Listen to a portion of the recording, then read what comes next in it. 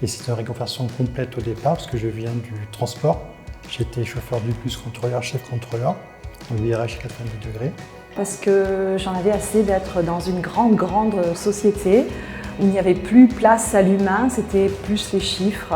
Mes compétences étaient là, j'avais envie aussi de ma liberté, c'est-à-dire de ne pas, de manière un peu robotisée, répondre à une structure, mais j'allais être moi, ma propre structure, donc c'est une liberté pour moi d'entreprendre.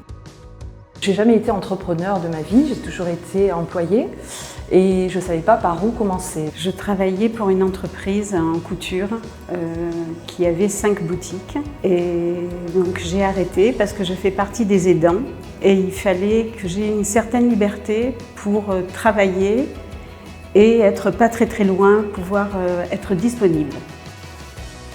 On avance ensemble et on a des numéros de téléphone, on sait qu'on n'est pas seul. Et c'est le fait de ne pas se retrouver seul face à tout ça. En même temps, ça permet aussi de tester, d'essayer, de se mettre vraiment dans le concret, dans la vie, dans le poids d'un entrepreneur, avant de faire la bascule complètement.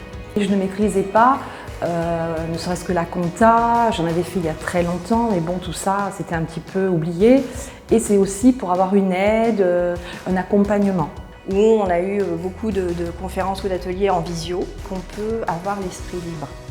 J'ai pu me consacrer vraiment à mon cœur de métier et puis déléguer plus ou moins la partie comptabilité juridique. Justement, grâce à la couveuse, ça me permet de me libérer et d'avoir le temps de travailler sur la création et d'aider ma maman. Quand on est femme et qu'on veut entreprendre, c'est au contraire une solution de sagesse et d'intelligence que de se dire il y a des choses, des compétences que je n'ai pas, que d'autres ont, et c'est un échange, c'est un partenariat.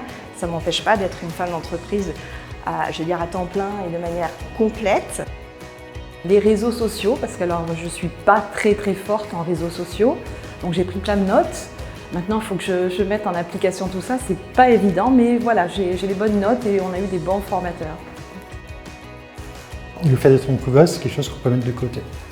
C'est qu'on a déjà plus ou moins un passif, on a déjà le tel avec la loi française des droits et tout, on peut garder. Donc on ne se met pas en danger non plus quand on est dans cette structure-là. Donc c'est pas de se libérer de cette contrainte-là.